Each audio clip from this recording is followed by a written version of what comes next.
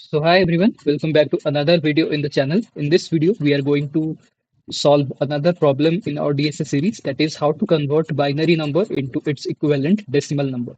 In the previous video, we have already seen how we can convert the decimal number into its equivalent binary number.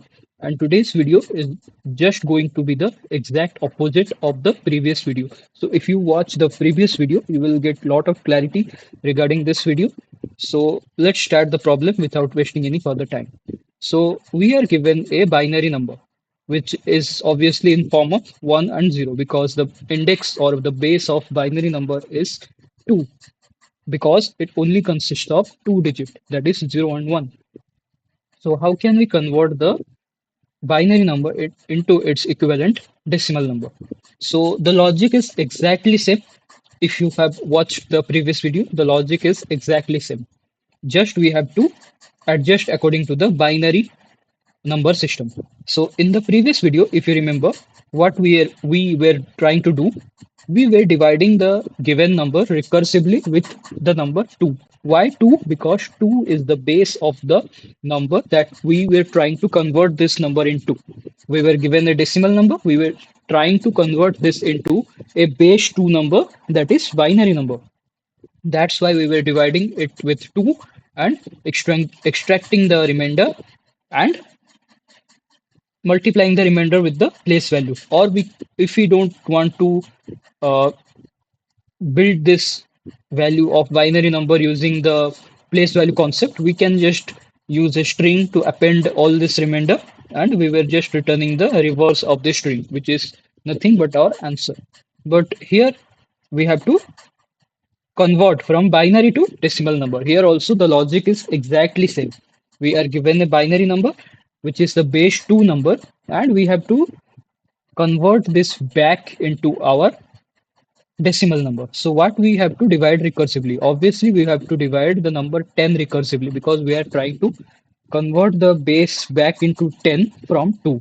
And also we have to multiply the place value over here because in this case, the string, if we take it in form of string and try to reverse it, it will not work because the decimal number is a larger is decimal number consists of larger permutations and combinations because it has 9 digits. So we cannot apply that logic here. We just have to normally calculate the decimal number using the concept of place value.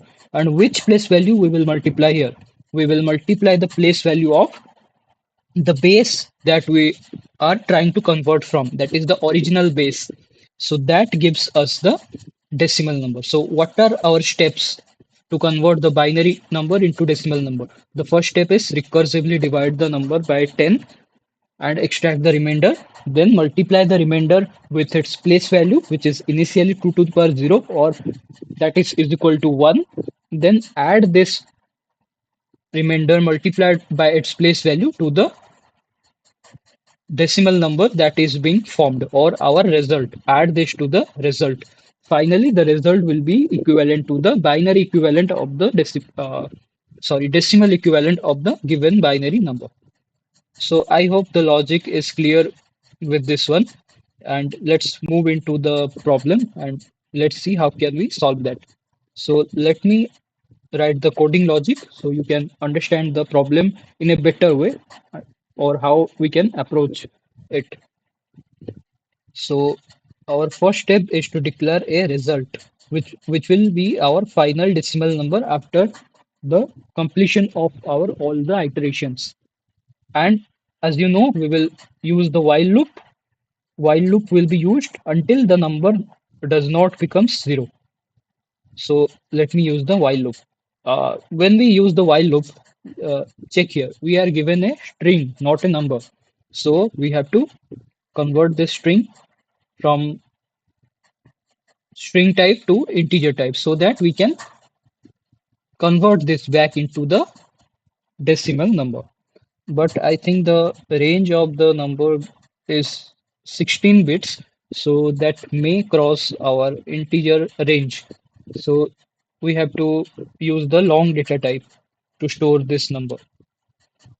So we will use long data type, long dot parse long, which is a method of the wrapper class long, which is used to parse the string into the equivalent long data type.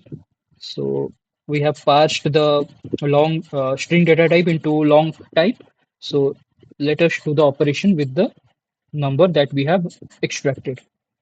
So while number is not is equal to 0, we have to extract the remainder. We have to extract the remainder, that is num percentile 10, because we are multiplying, we are recursively dividing the number by 10. And also we have to divide the number by 10 so that we get the reduced number in the next iteration. And we have to add the number with the result. So add the remainder with the result, but we also have to multiply the place value. So we have to take the place value over here.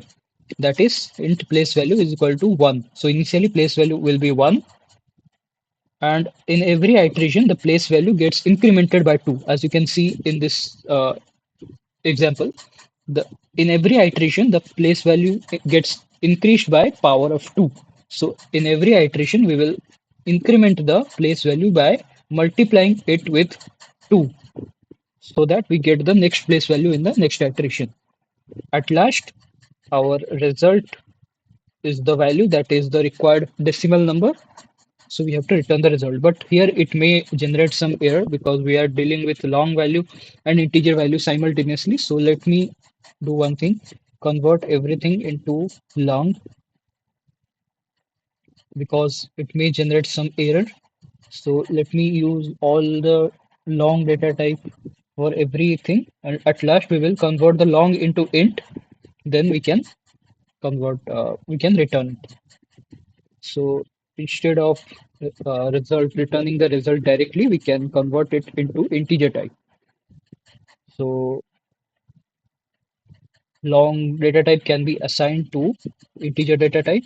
So let me assign some variable as result, and here let me typecast into integer type and return result, or res, which is our integer value. So let me hit the compile button and check if it is correct. And as you can see, our test case, sample test case has been passed. So let me submit it and check the if it is passing for all the test cases. As you can see, it passed for all the test cases. I hope you have understood the logic behind it and how can we approach this type of conversion problems. If you have any doubts, you can reach me in the comments. I will be happy to answer your doubts.